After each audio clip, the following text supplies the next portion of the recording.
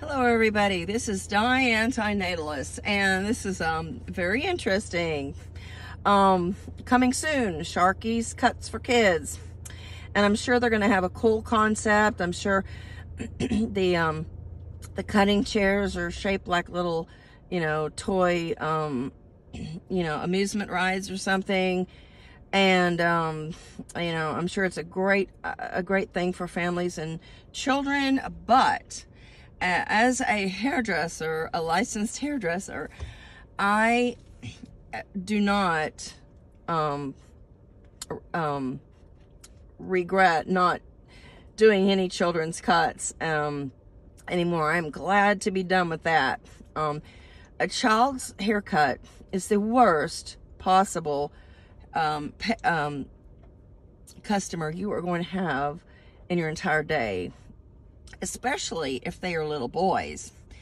And since little boys have usually they have layered haircuts, shorter haircuts, so they're in the chair for 10 or 15 minutes or more, and all they do is scratch their neck because it itches, or they move their head back and forth, they look around.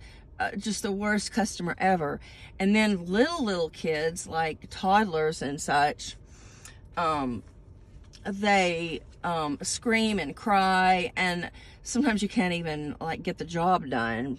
I do not miss doing children's haircuts at all, but I am glad that there is a place for kids cuts, because a lot of salons don't really like doing children, and they're more into the artisticness of hair cutting and coloring and perming and whatnot.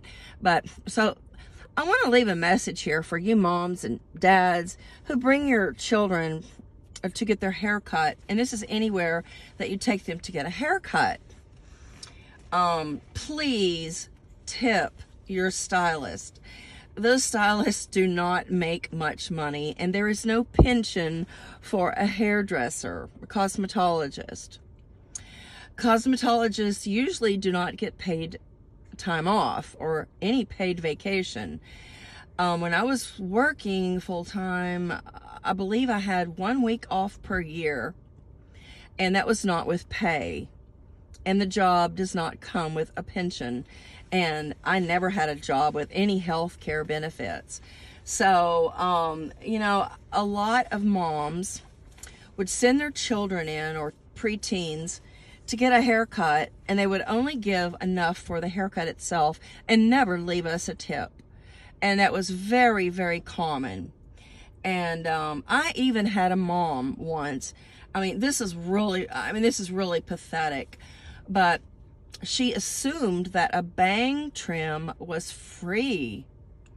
And she argued so much, and this is about 1992, and she argued so much when she left the salon, and she says, well, why should I have to pay for this? This is just a bang trim. And I wasn't dealing with the cashier at that point. I was, I'm not involved in taking the money. But this mom was so incredibly rude and felt entitled.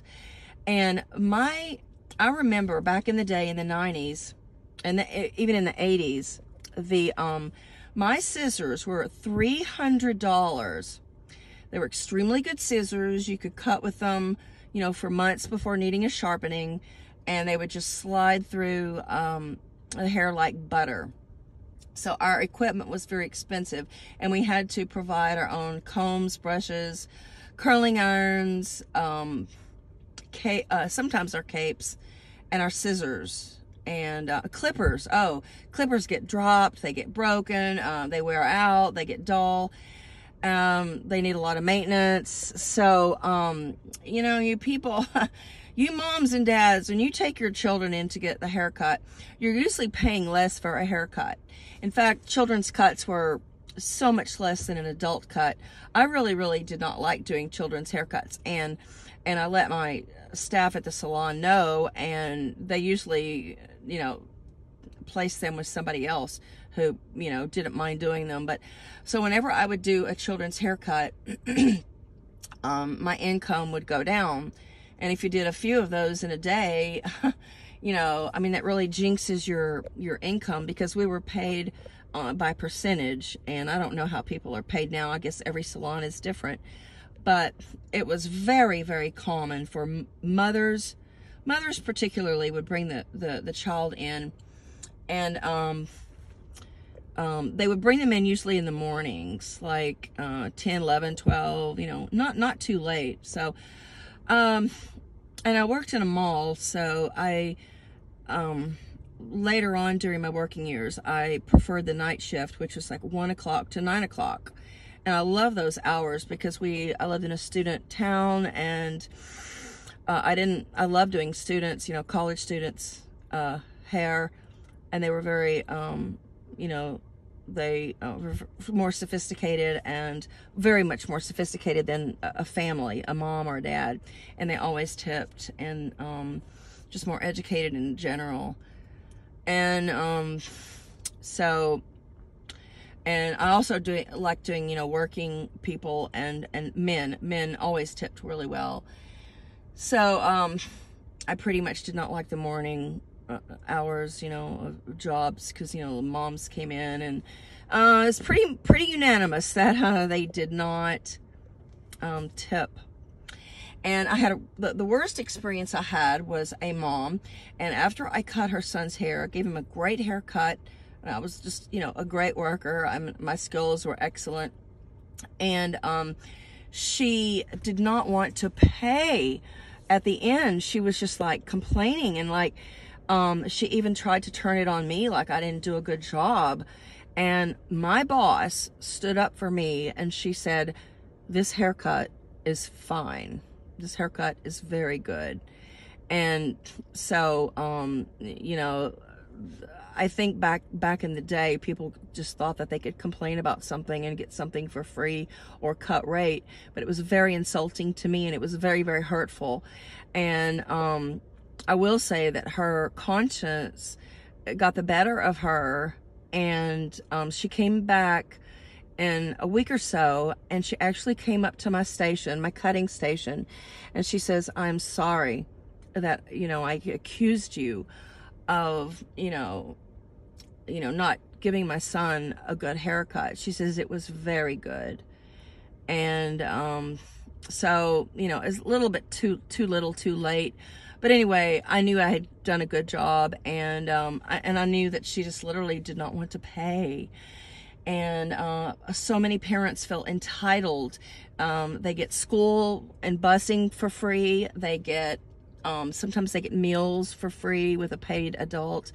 They get to fly on their parents' lap when they were young for free, which is very, very wrong. You should be actually paying for every service and you know, every place that your child goes. And I really believe that children should be charged to stay in a hotel. I do not like the concept that children get to stay in hotels for free. They are using electricity. They are causing noise. They use towels. They use soap. They use water. I don't believe that, you know, having a kid should entitle you to anything.